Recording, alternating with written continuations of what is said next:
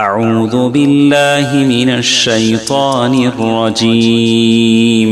بسم اللہ الرحمن الرحیم۔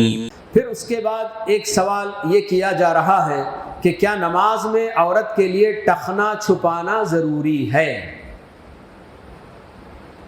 المرأۃ کلھا عورہ، کہ عورت یقیناً پوری کی پوری پورا بدن اس کا جو ہے چھپانے ہی کا ہے۔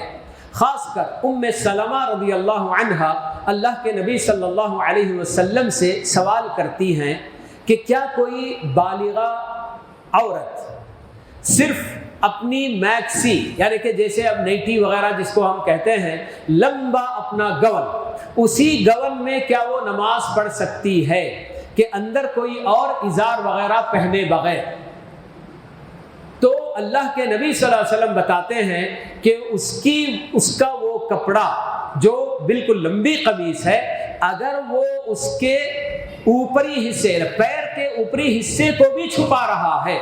جیسے کہ عام طور پر بہت ساری عورتیں اس کا اہتمام کرتی ہیں کہ نائٹی اتنی لمبی ہو کہ وہ ان کے پیر بھی اس میں چھپ جائیں،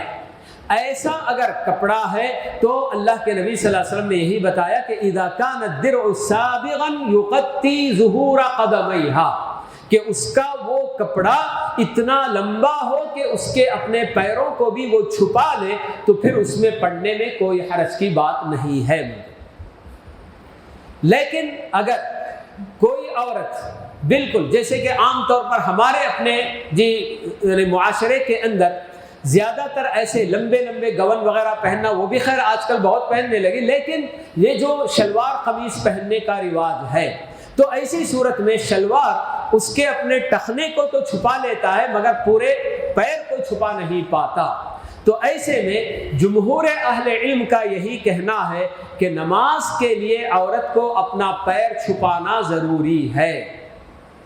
تو ایسی صورت میں وہ عورت جو ایسے شلوار وغیرہ پہنی ہوئی ہوتی ہے تو وہ ساکس پہن سکتی ہے، ساکس پہن کر اپنے پیروں کو چھپا کر نماز پڑھ لے۔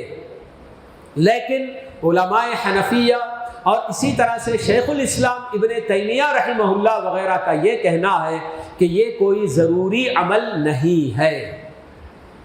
اس کے بغیر بھی اگر عورت نماز پڑھ لے گی تو ایسی صورت میں اس کی وہ نماز پوری ہو جائے گی، کوئی حرج کی بات نہیں ہے کہتے۔ تو بہرحال اگر بہتر ہے خلاف سے نکلنے کے لیے اگر عورتیں اس کا اہتمام کرتی ہیں کہ ان کی اپنی وہ نائٹی یا میکسی جو بھی ہے وہ اگر مکمل طور پر ان کے پیروں کو چھپانے والی ہو، وہ خود کافی ہے، الگ سے کچھ اور پہننے کی کوئی ضرورت نہیں ہے۔ اور اگر ان کی وہ کپڑے ان کے اپنے پیروں کو چھپا نہیں پاتے تو ایسی صورت میں کہوں گا کہ بہتر ہے کہ وہ ساکس وغیرہ پہن کر اپنے پیروں کو چھپا لے، تو یہ بہتر ہے۔ ورنہ اگر بغیر اس کے بھی نماز اگر پڑھی جائے گی تو انشاءاللہ نماز ہو جائے گی، کوئی حرج کی بات نہیں ہوگی۔